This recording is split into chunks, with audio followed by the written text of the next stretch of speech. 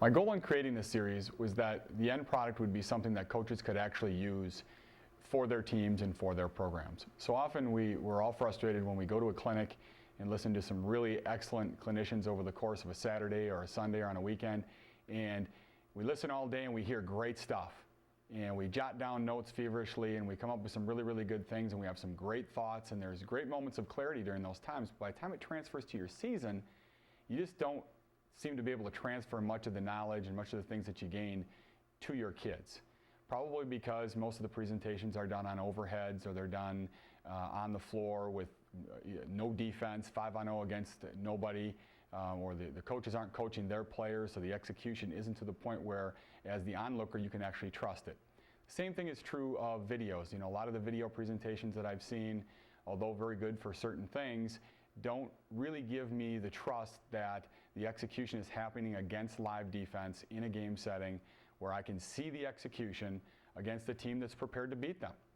So it is my hope through this process that you will have some trust in what we've done, and you can see that it's been done against teams that are trying to beat us and have scouted us, and that maybe you can find something to apply to your program and to your kids.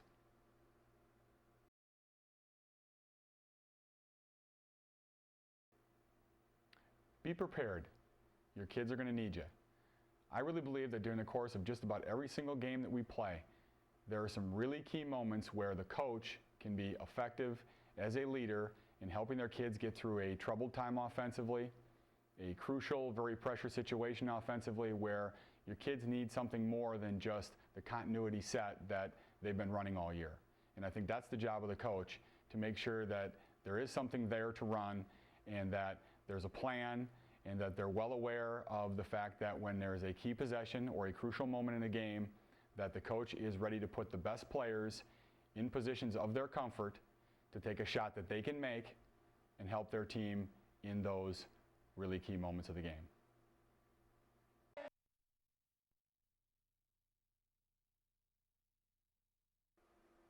Play number 5 is a man special out of our handoff series.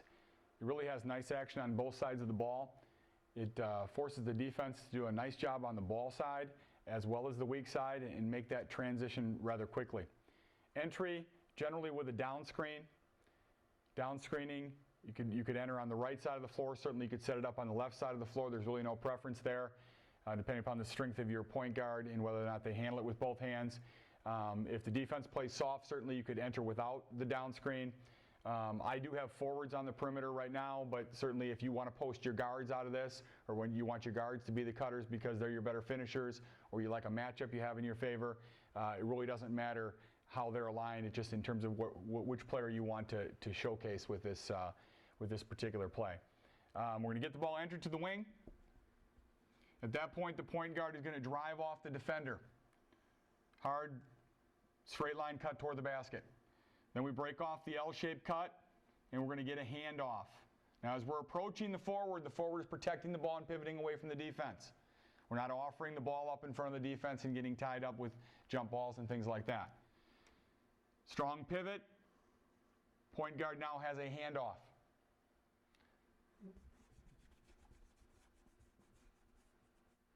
We have our point guard with the ball.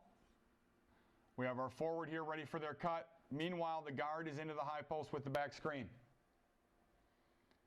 Our forward has two choices off this ball side back screen. Inside cut toward the basket, or a wrap off the back side of that screen. We're just simply going in side to our cutter.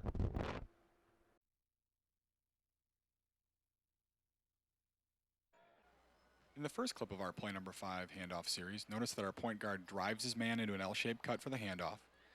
Our wing cutter has two choices, the inside cut or the cut over the top of the high post screener. He chooses the inside cut for the finish.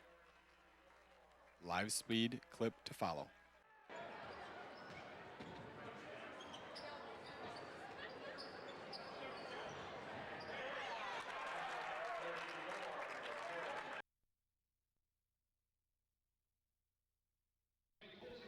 In the second clip, our point guard once again does an excellent job of the drive and L-shaped cut to receive a safe handoff. Our wing makes the inside cut off the high post screen, receives the post pass, and finishes on the inside.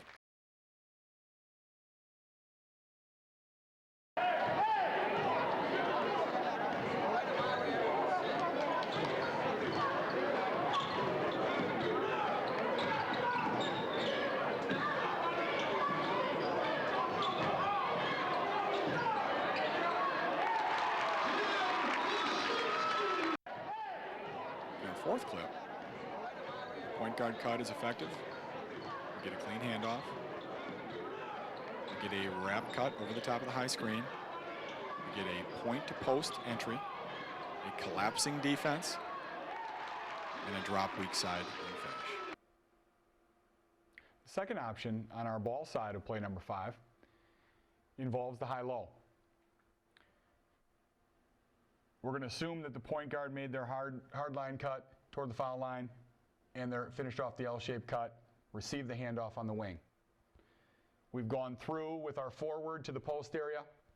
The forward has gone either on the inside cut, or the forward has chosen to wrap it around the outside of the screen. At that point, from the back screening position, we fire with energy, and that needs to be taught. Otherwise, your kids will wander and they'll drift out there, and we'll really leave ourselves hung out to dry here on this pass, especially for teams that scout well. We're going to go ahead and get the ball into the high post area. Pivot strong, step off the defender, and throw a high-low ball side post entry pass.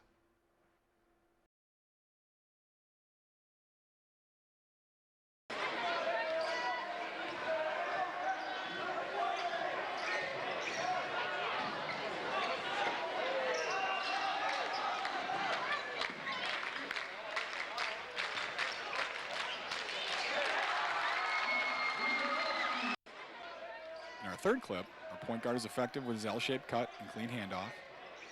Our wing cutter uses a wrap cut over the top of the screen this time. And we have a ball side, high-low post pass situation and finish.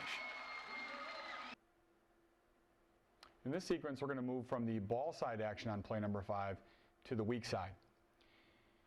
Again, we're going to assume that our point guard has made their hard line cut and L-shaped cut to receive the handoff. We're going to assume now that our forward has gone through either on the inside of the wrap cut to the low post area on their cut. We're going to assume now that after the screen, we now have 2 options for reversal. We found that if this player did not do a great job with their fire to make the pass into the high post to evaluate the high-low, we found when they did a poor job and they drifted a little bit that we were turning it over. So we now gave them a choice. If they preferred to fire, they do a nice job with the fire, they can go ahead and step it out hard, and we'll reverse it into the high post. We also told them as they come out of their screen, if they show a fist to the point guard with the ball, that would indicate that he was going to come and set a ball pick to help him dribble reverse the ball. In either case, if we fire, we evaluate the high-low, that's not there, we swing it out of there. If we show the fist and we ball screen, which tends to make me feel a little safer, we're going to go ahead and dribble the reversal and kick it to our weak side player. Our weak side player turns around and throws it on the inside. Now, just depends upon which player you want to isolate. You want to isolate a guard on the weak side with a matchup advantage. You want to isolate a forward on the weak side with a matchup advantage. It's also important to note that as that ball is coming into the high post on the fire here, ball side, or as we're setting the ball pick to help get this ball reversed, there's interchanging going here on the weak side. We don't want these players standing. We want a lot of interchanges going on the weak side to occupy the defense, to keep the defense busy, get the defense a little bit disorientated, gives a chance to pin the weak side post defender much deeper for a higher percentage shot.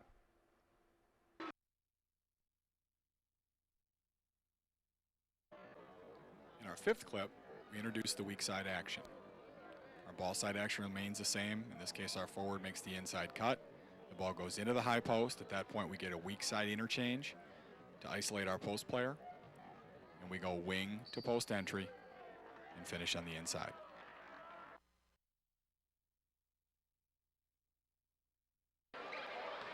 In our sixth clip, we're continuing with our weak side action.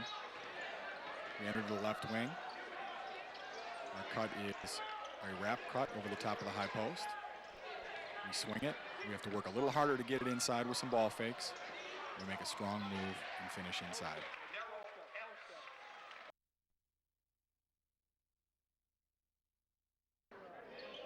More weak side action with clip number 7. Notice our postman on the weak side really getting big and getting against the body, making that post entry pass easy for our guard.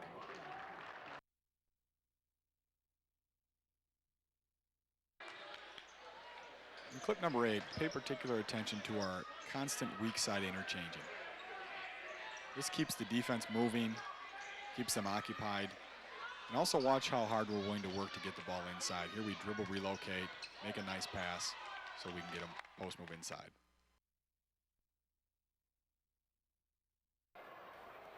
Coaches are in a situation more now than ever before with the increased use of technology to prepare and to scout, to really look at changing and tweaking your sets throughout the season.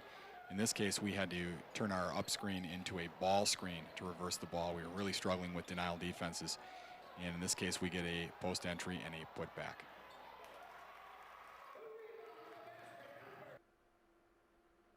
If you run play number 5 well and you really focus on the execution of both the ball side and the weak side, it really forces the defense to start bringing a lot of help because the spacing is really good, the ball movement, if on time, is really effective, and the defense is feeling as though it's got to guard both sides of the floor, which is really difficult for most lower level teams, high school level teams to get done. So let's take a look at more weak side action. Again, we're going to assume that the point guard has made their hard line basket cut, L shape, been able to attain the handoff. We brought our weak side forward, or our ball side forward through. Okay, we don't have that option. Again, our back screener has 2 options for reversal. We can fire or we can ball screen.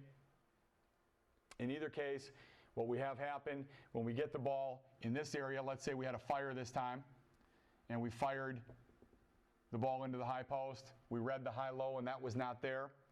The weak side is interchanging now. So we've got the ball in the high post. As that's happening, we're pinning down in the post area. We're flashing to the wing. We may have exchanged maybe 2 or 3 times during the course of this process. But certainly when the ball is in the high post, we have to have movement at that point. We bring the ball into the high post, and the whole defense just sags on the inside. So when we swing it around here to our wing player, and we address the wing to post pass, the defense steps off 3 steps. We've got a high post pass to a weak side kick and a perimeter jump shot.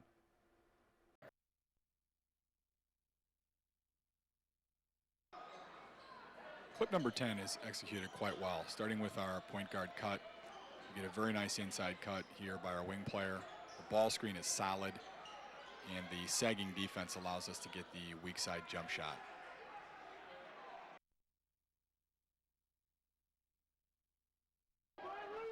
Clip number 11 will again showcase the weak side action of this set versus sagging defense designed to help in the post. We swing the ball through the high post, the defense sags, and we get a jump shot over the top. Continuing on with our weak side action for play number 5. We've gone ahead and gotten the handoff with our point guard. Ball side cut was not available. Let's say we stepped out and set the ball reversal ball screen. Penetration. We're assuming the interchange on the weak side, as we talked about, staying active. Kick the ball here off the penetration. Now meanwhile, keeping in mind that our low forward is posting up a body. So if the defense on the guard overcloses or plays soft or does anything to give this guard the confidence to take his man off of this play, we really talk to our forwards, or not even our forwards, we really talk to our post player in this case, who's posting up, to really get against the body and continue to post into a body and post this man regardless of what this guard does, because if we decide to drive the ball, which in this case we're going to, we're driving the ball right to the basket, and the help has a really difficult time getting there in time to really do anything besides decide to give up the layup or foul. So we get the weak side drive and the post seal.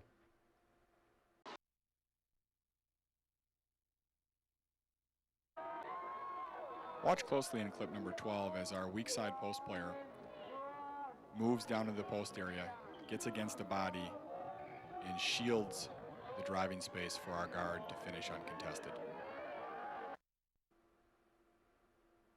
More weak side action now out of play number 5 with the post entry and the give and go cut. We're taking care of our ball side action. We're going to go ahead and this time we're going to go ahead and step out and fire for a ball reversal. Pass to the outside shoulder. The weak side interchanging that we've been talking about to occupy the defense has taken place.